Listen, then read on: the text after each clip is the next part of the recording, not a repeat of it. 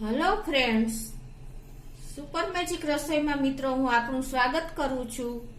આજે હું ભરેલા ગુંદાનો સંભારો લઈને આવી છું મિત્રો। તો તમે લાસ્ટ સુધી મારો વિડીયો જોજો અને તમને મારો વિડીયો ગમે તો લાઈક કરજો, શેર કરજો અને સબસ્ક્રાઇબ કરવાનું તો ભૂલતા જ નહીં। તો મિત્રો અત્યારે આપણે ગુંદાની સીઝન આવી રહી છે અને એકદમ સરસ તમે જોઈ શકો છો આવા ગુંદા મળી રહ્યા છે। તો એમાં મેં 500 ગ્રામ ગુંદા લીધા છે અને એની સામે મેં 1/4 કપ આપણે આખી જે મેથી આવે ને એ મેથી લીધી છે અને 1/4 કપ આપણે ચણાનો લોટ લીધો છે અને 2-3 ટેબલ સ્પૂન જેવો આપણે ગોળ છે અને 2 લીંબુનો રસ છે, મીઠું છે, હળદર છે, હિંગ છે અને લાલ મરચું છે અને દળેલું ધાણા જીરું છે। તો આટલા ઇન્ગ્રેડિયન્ટ મિત્રો આપણે ભરેલા ગુંદા બનાવવા માટે જોશે મિત્રો। તો મિત્રો પેલા આપણે જો આ ગુંદા છે ને એને ધોઈ લીધા છે મેં એકદમ ચોખ્ખા પાણીએ, 2 થી 3 પાણીએ। અને આપણે જે આ મેથી છે ને એને આપણે પેલા શેકવાની છે મિત્રો। તો આપણે ગેસ ઓન કરીને આજે આખી મેથી મેં લીધી છે, સૂકી મેથી, એને આપણે રોસ્ટ કરી લેશું। સ્લો ફ્લેમ ઉપર આપણે 2 થી 3 મિનિટ શેકશું ને એટલે એનો કલર ચેન્જ થઈ જાય ને ત્યાં સુધી આપણે શેકવાની છે મિત્રો। આ મેથીના હિસાબે આપણા ગુંદાનો ટેસ્ટ અલગ જ આવશે। તમે ક્યારેય નહીં ખાધા હોય ને એવો તમે આ ટેસ્ટ તમે અનુભવ કરશો મિત્રો। અને આ ગુંદાનો સંભારો આપણે અઠવાડિયા સુધી આપણે ફ્રીજમાં રાખી શકીએ છીએ। મસાલો પણ તમે તૈયાર આ રીતે જો વૈધો હોય ને તો આ મસાલો પણ તમે સ્ટોર કરી શકો છો। એટલે આ રીતે તમારે જો જરૂર હોય તો વધારે ક્વોન્ટિટીમાં પણ તમે મેથી શેકીને ડબ્બો ભરી શકો છો। તો મિત્રો જો 3 થી 4 મિનિટ જેવું થયું છે, મેં સ્લો ફ્લેમ ઉપર જ આ મેથી શેકી છે એટલે અંદર સુધી શેકાઈ જાય અને તમે જોઈ શકો એનો કલર પણ જો એકદમ બ્રાઉન જેવો થઈ ગયો છે અને સ્મેલ પણ મેથી શેકાય એટલે બહુ સરસ આવે છે। તો હવે આને આપણે એક વાસણમાં લઈ લેશું અને આને આપણે ઠંડી થવા દેશું। મિત્રો આપણે જે આ 1/4 કપ આપણે જે ચણાનો લોટ લીધો છે ને એને પણ આ જ પેનમાં આપણે એકદમ સ્લો ફ્લેમ ઉપર જ આપણે સેજ એને રોસ્ટ કરી લેશું।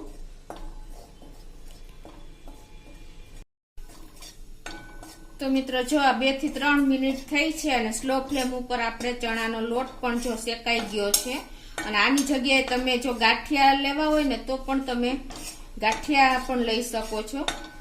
હવે આપણે ગેસની ફ્લેમ બંધ કરી દેશું અને આમાં રાખશું એટલે સેજ કચાશ જે હોય એ દૂર પણ થઈ જાય।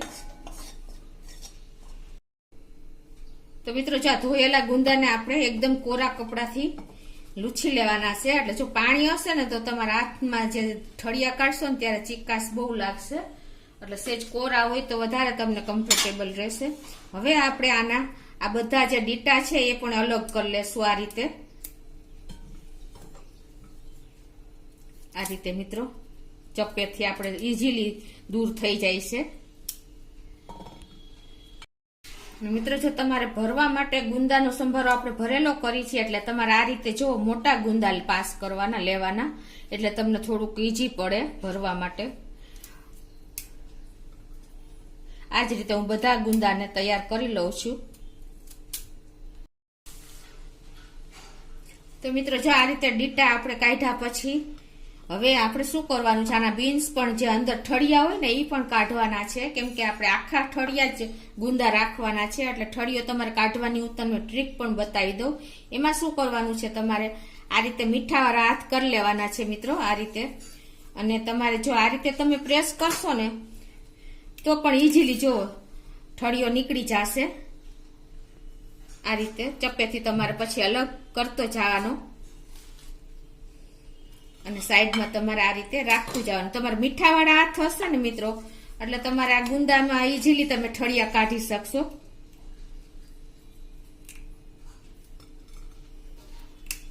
તમે જોઈ શકો છો આ રીતે, અને એમ ન નીકળે ને મિત્રો તો તમે આ રીતે દસ્તેથી પણ કાઢી શકો છો। સેજ તમે પ્રેસ કરશો ને આ રીતે એટલે ઠળિયો ઈઝીલી તમારાથી નીકળી જશે। જો હાથેથી ન નીકળે ને તો આ રીતે તમે દસ્તો મારીને પણ ઠળિયો કાઢી શકો છો. પણ તમારે મીઠાવાળા હાથ ખાસ કરવાના, એટલે શું થશે કે તમારા હાથ પણ ચીકાશ નહીં પકડે અને તમને ઠળિયા કાઢવામાં પણ સરખું પડશે.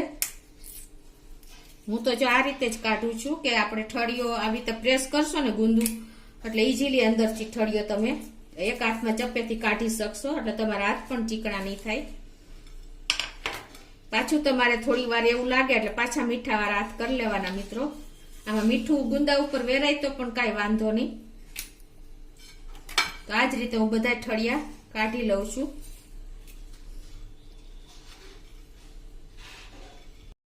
તો જો આપણે આ રીતે બધા જ ગુંદાના ઠળિયા કાઢી લીધા છે. હવે તમારે શું કરવાનું, જો આપણે મીઠાવાળા હાથ કર્યા હતા ને એટલે જરા પણ આપણને પ્રોબ્લેમ ન આવે અને હાથ પણ આપણા ચીકણા ન થાય, તમે જોઈ શકો છો.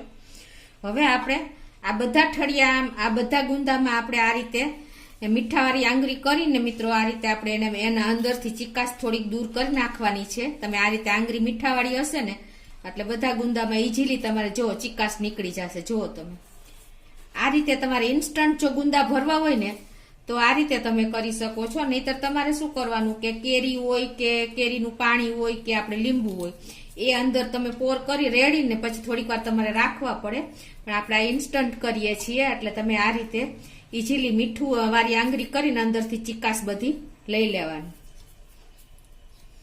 આ રીતે તમે ચપ્પેથી પણ કરી શકો. આ રીતે મીઠાવાળું ચપ્પુ અણી કરીને તમે આંગળીથી વધારે ઈજી પડે છે. આ રીતે તમે જોઈ શકો છો કે બધી ચીકાશ ગુંદામાંથી નીકળી જાય છે. તો એ રીતે મેં બધા ગુંદાને તૈયાર કરી લીધા છે. હવે આને આપણે આ રીતે જ મીઠાવાળા જ રાખશું. મિત્રો તમારા હાથ ચીકણા થયા હોય ને તો તમે આ મીઠાથી જ તમે હાથ ધોશો તો પણ તમારા ઈઝીલી હાથ એકદમ ક્લીન થઈ જશે, નહીતર તમારા હાથ વધારે ચીકણા થતા જશે. હવે આપણે આ રેડી થઈ ગયા છે ગુંદા ભરવા માટે. હવે આપણે જે મેથી શેકી છે એ પણ ઠંડી થઈ ગઈ છે. તો હવે એને આપણે મિક્સર જારમાં એને એકદમ ફાઇન પાવડર બનાવી લેશું આ રીતે.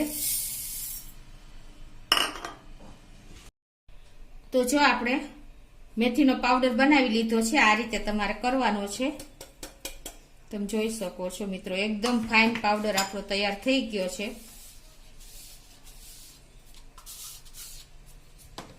હવે આપણે એનો મસાલો ભરવાનો તૈયાર કરી લઈએ.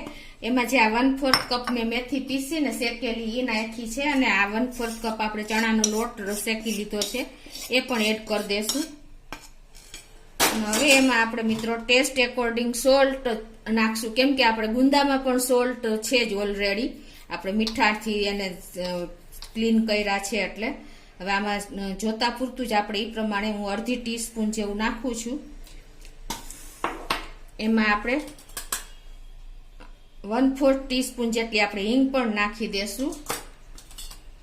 અડધી ટીસ્પૂન જેવું આપણે હળદર પણ નાખી દેશું અને 1 ટીસ્પૂન જેવું આપણે કાશ્મીરી લાલ મરચું નાખશું. જો તમે તીખું ખાતા હો તો બંને હાફ હાફ કરી શકો છો. અડધી ટીસ્પૂન કાશ્મીરી અને અડધી ટીસ્પૂન રેશમ પટ્ટો અને 3 ટીસ્પૂન આપણે ધાણા જીરું નાખશું મિત્રો.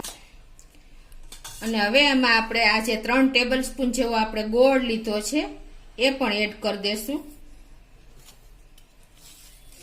મિત્રો આમાં મેથીનો જ મેઇન ટેસ્ટ આવે છે અને એનો ટેસ્ટ પણ બહુ સરસ આવે છે, એટલે આપણે ગોળ પણ ભારો ભારે એ રીતે જ નાખવાનો થશે. હવે આમાં આપણે 1 ટીસ્પૂન જેવો વરિયાળી પાવડર પણ એડ કરી દેશું. એનાથી પણ બહુ સરસ ટેસ્ટ આવે છે. અને આપણે 1 ટેબલ સ્પૂન જેવું આપણે તેલ પણ નાખી દેશું. અને હવે લાસ્ટમાં આપણે એમાં 2 લીંબુનો રસ નાખી દેશું. જો તમારી પાસે કાચી કેરી હોય તો એને પણ તમે ખમણીને 1 થી 2 ટેબલ સ્પૂન જેવું નાખી શકો છો આ રીતે. જો આમાં ખટાશ, ગળાશ અને તીખાશ ત્રણેયની લેવલ સરખું હશે ને મિત્રો તો જ આ સરસ સંભારો તૈયાર થાય છે આપણા આખા ભરેલા ગુંદાનો. ખટાશ તો જોઈએ જ, કેમ કે આપણે મેથી ક્વોન્ટિટી વધારે છે. તો મિત્રો આ રીતે જો આપણે મસાલો બધો મિક્સ કર્યો છે. હવે લાસ્ટમાં આપણે 1 ટીસ્પૂન જેવું આખું જીરું પણ નાખી દેશું. અને જો તમને આમાં ખટાશ, મેં તમને કીધું એમ ખટાશ, ગળાશ અને તીખાશ અને મેથી એ સરખું લેવલ હશે ને એટલે એકદમ ચટાકેદાર ટેસ્ટ આવે છે મિત્રો. તમે જોઈ શકો છો આપણો મસાલો મિક્સ થઈ ગયા પછી એનો કલર. અને મિત્રો આમાં તમે જો લીંબુ નો નાખવું હોય તો તમે કેરીનું ઓપ્શન મેં તમને આપ્યું, અને કેરીનો નાખવી તમે લાસ્ટમાં આમચૂર પાવડર પણ નાખી શકો છો.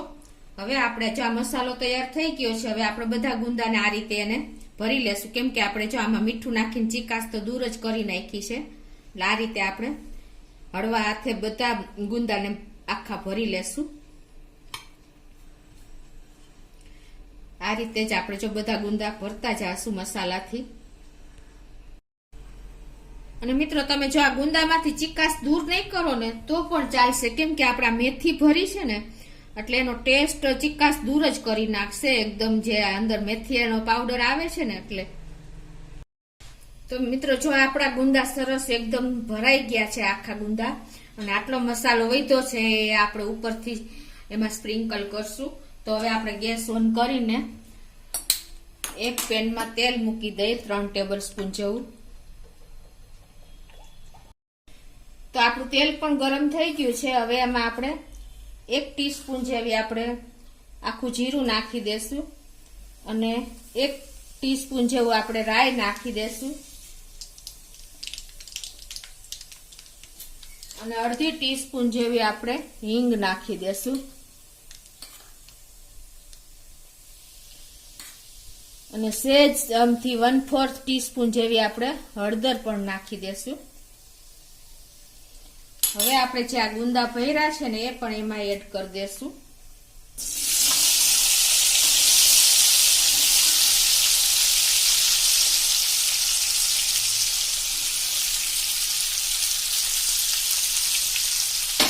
મિત્રો એને આપણે સરખા આ રીતે 1 થી 2 મિનિટ આપણે આ રીતે સ્લો ફ્લેમ ઉપર એને હલાવશું.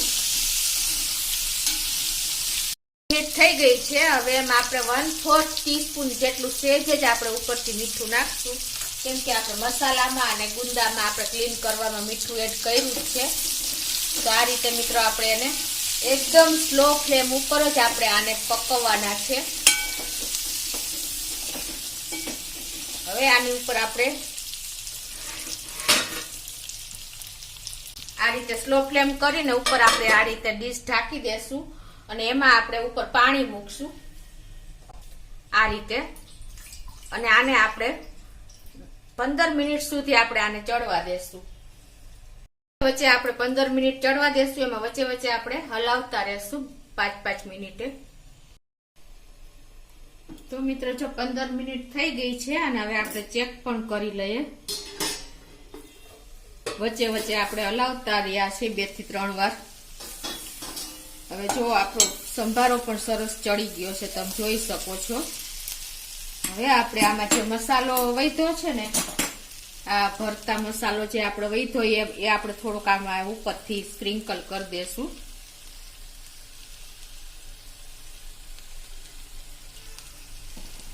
અને આને વળી પાછું આપણે 1 મિનિટ થવા દેશું, એટલે કાચો મસાલો આપણો સરસ ચડી જાય. જો કે કાચો તો છે જ નહીં, પણ તો 1 મિનિટ થવા દેશું. પાણી કાઢી નાખશું ને એમને થવા દેશું.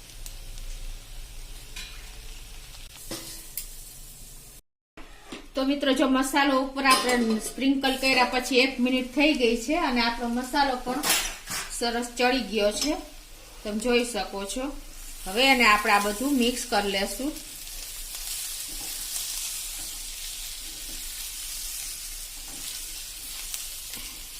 હવે મિત્રો આપણે ગેસ પણ બંધ કરી દેશું, અને હવે આપણે એને સર્વ કરી લેશું. તો હવે એને આપણે જો એક આ બાઉલમાં લઈ લેશું અને સર્વ કરી દેશું આ રીતે. આ એકદમ સહેજ આપણે સહેજ વધારે આપણે ચડાવવાનો છે, તો જ આની સરસ લાગશે આ સંભારો, આપણે આખા ગુંદાનો ભરેલો સંભારો. તમે જોઈ શકો છો મિત્રો. તો મિત્રો આપણા આખા ગુંદાનો ભરેલો સંભારો રેડી છે. તમે જોઈ શકો છો લુકમાં ને બધી રીતે એકદમ ટેસ્ટી ચટાકેદાર આ સંભારો થાય છે. તમે ચોક્કસ એક વખત આ રીતે ટ્રાય કરજો મિત્રો. અને તમને મારો વિડીયો ગમે તો લાઈક કરજો, શેર કરજો, અને સબસ્ક્રાઇબ કરવાનું તો ભૂલતા જ નહીં.